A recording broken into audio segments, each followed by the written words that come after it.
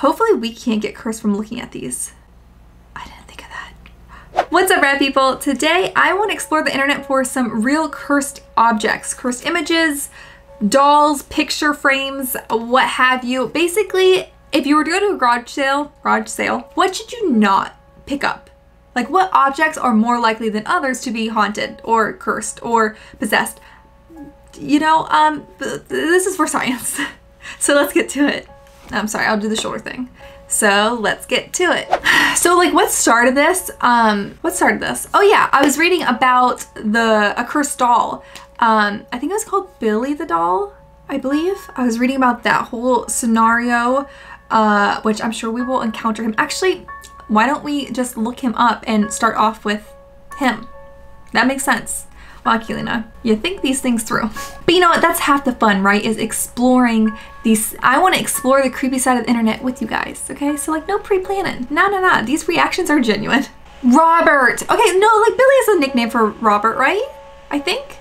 Let's read about Billy. Robert, I'm sorry. Oh God, I'm gonna so get cursed for this video. Robert, otherwise known as Robert the Doll, Robert the Haunted Doll, or Robert the Enchanted Doll, depending on your mood of the day, I suppose. Okay, let's go to the legend. That's what we want to know. According to legend, the doll has supernatural abilities that allow it to move, change its facial, change its facial expressions, and make giggling sounds. You know what's so funny? Some people think like a child's laugh is like the sweetest sound, like known to man, right? Which, like, I get it. When a baby laughs, it tugs at your heartstrings, you know, it's cute. But it can also be the most terrifying thing you'll ever hear if you're not expecting to hear a child's laugh. Like, can you just imagine just sitting in your room alone, don't got no kids, and all of a sudden you start hearing a giggle? Ooh, no. See, again, the goosebumps. It's just like, because like, I feel like if I were to wake up in the middle of the night, even if I had a child and it started giggling, I would kind of like for a split second think, oh, there's a demon in my house.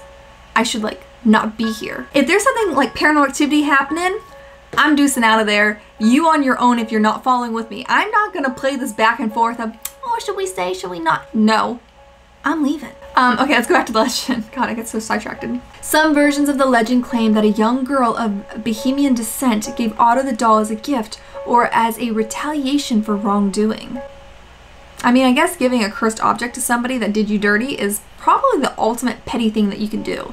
I like it. Other stories claim that the doll moved voodoo figurines around the room and was aware of what went on around him. Still, other legends claim that the doll vanished after Otto's house changed ownerships a number of times after his death, or that young Otto triggered the doll's supernatural powers by blaming his childhood mishaps on the doll. Okay, well then there's a lot of sentient dolls out there because I feel like that's the go-to for a kid. According to local folklore, the doll has caused car accidents. Okay, so he's got an evil streak. Broken bones, job loss. Okay, you know what, bud? I feel like someone who said job loss maybe was stretching. And a cornucopia. That is a great word. We don't use that word enough. A cornucopia of other misfortunes. And museum visitors supposedly experience post-visit misfortunes for failing to respect Robert. Oh, God. I get so freaked out by the closet behind me. It's ridiculous. I do have a creepy doll. Remember, do you guys remember the doll I used to have that was like in the background of my videos? And yeah, the second I was like, I'm gonna take a break from creepy videos, that doll went into hiding. Okay, that actually made it sound so much worse. She didn't go into hiding. I put her out of sight, out of mind, but I never got rid of her. I should look for that doll. That doll is so creepy though. Maybe I don't want her back. Okay, let's explore other things. Do you have a favorite chair in your home?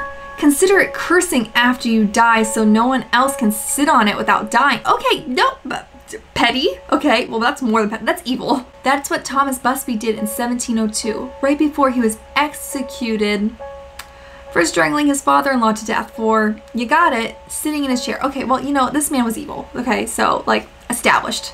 We know why now he did this. Supposedly 63 people who have sat on the chair met untimely deaths, sometimes mere hours after plopping their keister on Busby's beloved chair.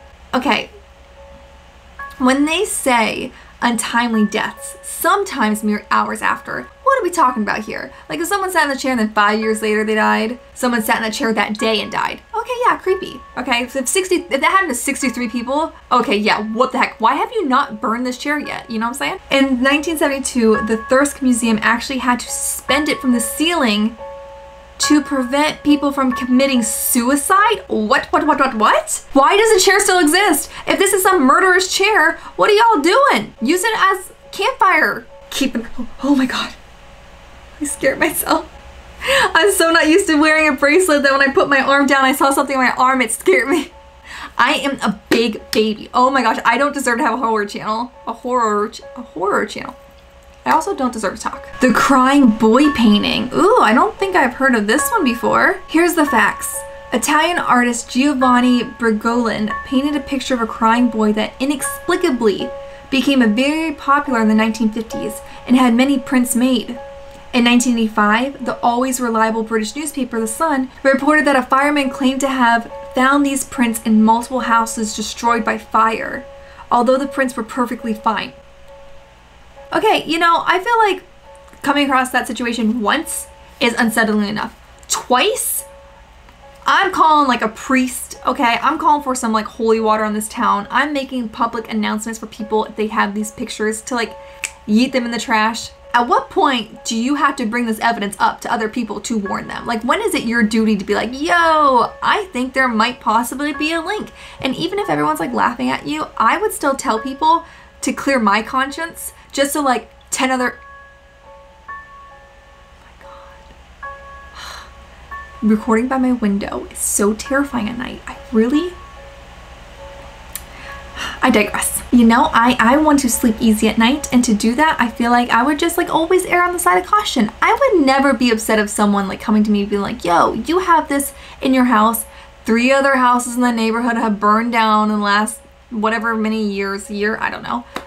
I would not look at that person as cuckoo. Okay, maybe I would look at them like a little like, you are, you know, a little cuckoo. I would still appreciate it because sure as heck I am getting rid of that picture. No picture is worth having if the possibilities of it being like cursing you. I don't get it. Though that would make a really cool YouTube video. If that's the picture, that picture is creepy enough. Why would you want that in your home? Why do you want a kid crying in your house? That's just sad. Ooh, okay. I'm gonna totally pronounce this wrong. The Diabook box, the Diabook?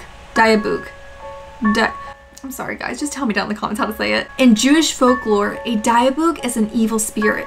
Supposedly, a Holocaust survivor accidentally summoned the demon while using a homemade Ouija board, but managed to trap it inside the wine cabinet. So many stories about Ouija boards, guys, so many. I have a Ouija board up, I don't think you can see it, I think it's out of frame, but I have a Ouija board up in the corner of my room because I used it last year's Halloween fest to do a few videos with it. And you know, y'all in the comments were like, yo, don't be messing with that. And I'm just like, I'm gonna do it anyways because of video. But like, honestly, I have not touched that Ouija board. I literally left it in my car for like a solid month after filming those videos because I just couldn't bring, I just did not like the idea of bringing it into my house. But I did, and then I shoved it up in that corner. And you know, I'd like to report that nothing super creepy I think has happened because of it. But, you know, now that I said it out loud, maybe I jinxed it. Who knows? We'll find out. But now that I remember that that Ouija board's in the corner, like, it does kind of... Oh my god. Oh my god. I am the biggest baby. If you haven't caught this yet, I put an alarm for my camera because the camera will stop recording after so many minutes. So I have to, like, turn it off and turn it back on. So I set an alarm. And oh my goodness, these last 2 videos have made me jump from the darn alarm. I hope you're getting amusement out of me just terrifying myself all the time. And if you are, please give this video a big thumbs up. Let's get back to this before I give myself a heart attack. Kevin bought the box at an estate sale in 2001 and immediately started having nightmares about an evil hag, as did friends who stayed with him. I get like if you just started having nightmares, like coincidental, you know, you play it off. It's not a big deal. People have nightmares. But like once your friends started having nightmares, like yo, like process of elimination, okay? What's the newest thing in your house? And then go from there of like getting rid of it. Manis gave the box to his mother, who suffered a stroke on the same day. He must not have liked his mama. Like, here's a box that was causing nightmares between you and your friends, and then you gave it to your mom? But the box's later owners have also claimed the diabook has appeared in their nightmares as well. The last owner was Jason Haxton, director of the Museum of Osteopathic Medicine. Yeah, whatever. Who not only had nightmares but developed a strange skin disease and began coughing up blood. At that point, Haxton contacted his local rabbis, sealed the diabook back in the box, and then hid it from the world. I mean, hey, Jason's a real homie for, you know, not giving it to his mother and making sure that no one else opened it, besides in the movie, where someone opens it. The hands resist him. Ooh, what is that? What is this? Oh my gosh, I don't like this. This is a creepy painting for many reasons. One, she's like a doll, but she has a frown and no eyes. Terrifying. We're not even gonna mention the several hands not attached to bodies behind them, which, okay, hello, nightmares. But like this boy right here with his face that looks like it's from like a 40-year-old on a little child's body, and like he is staring into my soul right now. Okay, I'm not gonna look at this anymore. This makes me very uncomfortable. The painting was created in the year 1972 and was first bought by famous Hollywood actor John Marley. After he held possession of the painting, it was then bought by a California couple before going up on eBay. The posting about this painting included various warnings about the problems of all the previous owners had while they had owned this eerie painting. Okay, that was like really hard to read. Is my brain okay, or is that like just a weird sentence? According to the California couple, the figures in the painting would start to move around at night. Again, people, after experiencing this once, get rid of the painting. Why would you keep that in your house? One, it's not a very nice looking painting, and two, have you not seen a horror movie? Because you're in one at this point. And there were a few times, multiple, where the canvas would appear blank, meaning, oh God, okay.